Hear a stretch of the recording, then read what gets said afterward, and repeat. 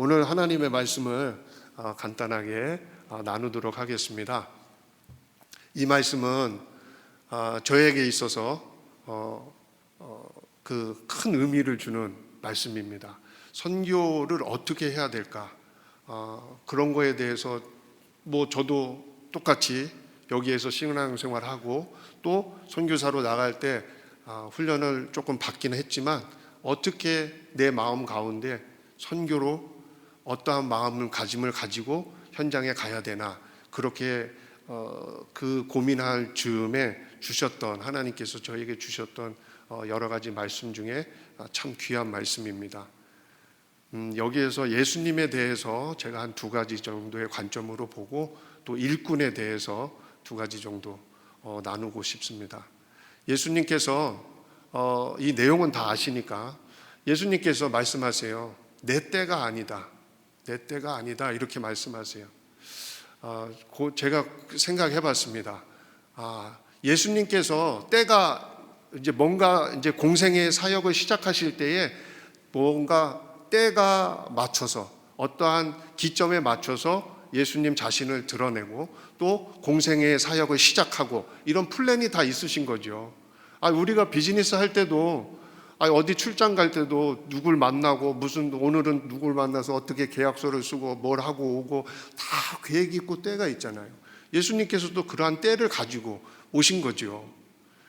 내가 와서 생각할 즈음이면은 이 가나안 혼인잔치 조금 며칠 뒤면은 6월절이니까 6월절이 아마 그때가 아닌가 싶습니다. 제 개인적인 생각은. 왜냐? 예수님께서는 6월절이나 마찬가지잖아요. 6월절이 예수님 때문에 있잖아요. 예수님을 나타내는 거잖아요. 예수님께서 그 때가 있으신데 왜? 내 때가 아니라 이거 못하겠습니다 말씀하시고도 그 뒤에 이것을 하셨을까? 이런 의문이 들더라고요. 예수님께서 그 때에 맞춰서 모든 것들이 할 수 있으실 텐데, 그 이유는 여러분들은 어떻게 생각하시나요? 그 때가 왜 그 때를 어겨가면서까지 이러한 첫 표적을 나타내셨을까요? 당연하죠. 그 신랑 신부 또 거기에 있는 하객들 국률이 보셨으니까, 사랑하셨으니까. 이 포도주가 떨어지면 곤란하겠는데 그 떨어진 포도주 때문에 신랑 신부가 힘들어하고 하객들이 힘들어하고 곤란한 상황이 되고, 이러한 것들을 생각하시고 국률한 마음으로, 사랑의 마음으로 그 때를 이기시고 어기시고 표적을 나타내셨다라고 제가 생각이 들었습니다. 내가 선교지에 가서 막 이거를 하고 저거를 하고 그게 중요할 수도 있는데, 그거와 어떠한 국률이나 사랑의 문제가 부딪혔을 때 나는 그러면 무엇을 선택해야 되나? 이러한 생각이 들어요. 그때 내가 선택해야 되는 것은 사랑이라는 거죠. 내가 프로그램이 많이 있고 뭔가 지금 바로 뭔가를 해야 돼요. 그렇지만 그 가운데에 누가 와서 인터럽을 걸고 그 가운데 누가 와서 어떠한 국률을 구했을 때 이 프로그램보다 더 중요한 것을 선택하는 것이 바로 이 사랑이라는 거죠. 우리는 이것을 선택해야 된다. 나는 이것을 선택해야 된다. 이렇게 가르쳐 주시는 것 같았어요. 우리가 여러 가지 이 교회 사역, 이민사회의 교회 사역도 마찬가지로 많은 프로그램을 할 때에 또 어떠한 것을 계획하고 진행할 때에 우리의 생각과 같지 않게 무엇이 들어올 때 우리가 선택해야 되는 것은 그러한 프로그램보다, 그것도 중요하지만 더 중요한 것은 예수님께서 그것을 하셨듯이 우리도 사랑과 긍휼의 모습을 나타내는 게 더 필요한 거구나. 또 그것을 가르쳐 주시기 위해서 우리에게 그렇게 하셨구나, 보여주셨구나, 이런 생각이 들었습니다. 우리 사랑하는 유니온교회 성도님들 생활하실 때 또 우리가 교회 밖에서 일상생활할 때에 어려움이 많이 있잖아요. 이러한 문제가 많이 부딪히잖아요. 우리가 직장에 가서 일터에 가서 부딪히는 이 문제 가운데 어렵지만 우리가 선택을 해야 되는 것은 사랑과 긍휼의 그 자세이고 사랑과 긍휼을 먼저 선택하는 우리 모두 되시기를 간절히 축원드립니다. 우리가 날마다 후회해야 되는 것은 오늘도 내가 하나님 앞에서 더 사랑 많은 사람으로 살아가야 됐는데 그렇게 하지 못했구나. 내가 오늘 이 사람하고 좀 얘기할 때에 좀 더 긍휼의 마음으로, 좀 더 격려의 마음으로, 사랑의 마음으로 이렇게 얘기도 할 수 있었는데 그렇게 하지 못했구나. 이런 것을 날마다 안타까워하면서 하나님 앞에 하나님의 예수 그리스도의 그 사랑의 모습을 조금이라도 더 본받으려고 애쓰고 노력하는 우리의 모습이 진정한 신앙인의 모습이 아닌가 싶습니다. 다른 거 후회하지 말고 사랑 없음을 우리가 후회하고 더 많은 사랑을 갈구하고 예수님처럼 살아가는 우리 모두 되기를 소망합니다. 예수님께서 제가 보는 관점에 예수님의 두 번째는 물이 변하여 포도주가 되는 거예요. 선교지에서 보니까 물이 변하여 포도주 되는 일은 예수님밖에 할 수가 없겠더라고요. 사람이 할 수 있는 일이 아니에요. 선교지에서 사람을 변화시켜 보고 싶은 마음을 제가 많이 가지고 있어요. 어떠한 현지 분들을 만났을 때 이분이 조금 더 하나님 앞에 충성되고 신앙적으로 좀 올바르게 쓰면 좋겠다. 이분이 좀 예수를 잘 영접하고 좋은 믿음으로 쓰면 좋겠다. 좀 변화된 마음을 가지고 있으면 좋겠다. 이러한 부분을 후회하고 이러한 부분을 회개하고 좀 새로운 삶을 살면 좋겠다. 이러한 마음을 많이 가져요. 현지 분들 이렇게 교제하고 볼 때마다. 근데 제가 그걸 못 하더라고요. 제 경험이나 능력이나 제 언변이나 이런 거 갖고 사람을 바꿀 수가 없어요. 제가 그거 가지고 제 어떠한 날리지나 능력 가지고 이 사람이 예수님을 잘 믿는 사람으로 만들 수가 없어요. 그 사람을 변화시킬 수가 없어요. 예수님만 하시는구나. 이런 거를 느꼈어요. 우리가 할 수 있는 일은 거기까지예요.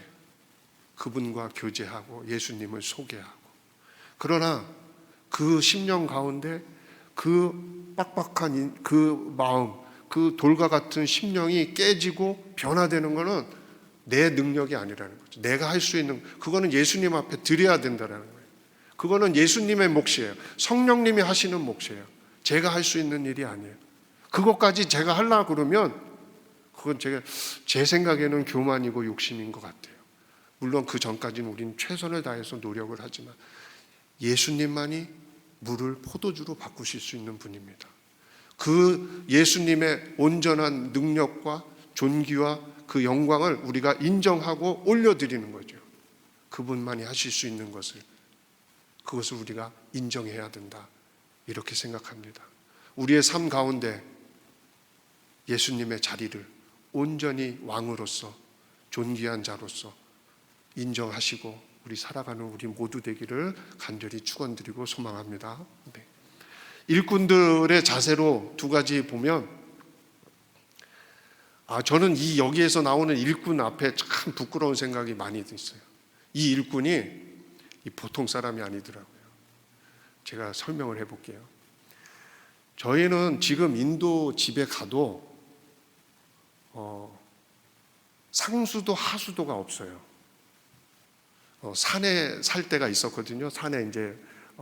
산에서 이렇게 좀 쫓겨나기 전까지 살 때가 있었는데 거기는 나라에서 상수도 하수도를 해놓지를 않는 거예요. 저희 있는 집, 사는 집에서 한 4-5km 산 쪽으로 쭉 들어가요. 들어가서 옹달샘 같은 데에 이렇게 정리를 좀 해가지고 파이프를 박아서 물을 이제 끄는 거예요. 그래서 쇠 파이프 이렇게 조그만 거 있죠. 이게 몇 인치짜리인지 그거를 쭉 해서 몇 킬로 끌어요. 이제 혼자서 하면 돈이 많이 드니까 몇 가정 같이 돈을 좀 모아서 해요. 말하자면 10만 원 이렇게 내서 그 물을 쭉 끌어가지고 자기 집에 있는 물탱크 위에다가 그거를 이제 받아요. 받아가지고 사용을 하죠. 그러면 이제 그 물탱크에서 이렇게 또 수도꼭지 연결해서 집 안에 있는 이제 수도꼭지로 물이 나올 수 있도록, 화장실, 부엌으로 갈 수 있도록. 그리고 하수는 그냥 땅으로 또 가는 거예요. 상수도 하수도가 되어 있다는 게 얼마나 편하고 큰 건지 모르겠어요. 인도는 그나마 좀 나아요. 말리, 아프리카 가면 물 문제 더 심각합니다. 인도에서도 저희가 생활할 때 물이 이렇게 밤에 물 없는 집이 수도를 끊어가지고 자기 집으로 이렇게 좀 옮겨요. 그러면 자기 집에 밤에 물이 들어와야 되는데 탱크에 물이 없는 거예요.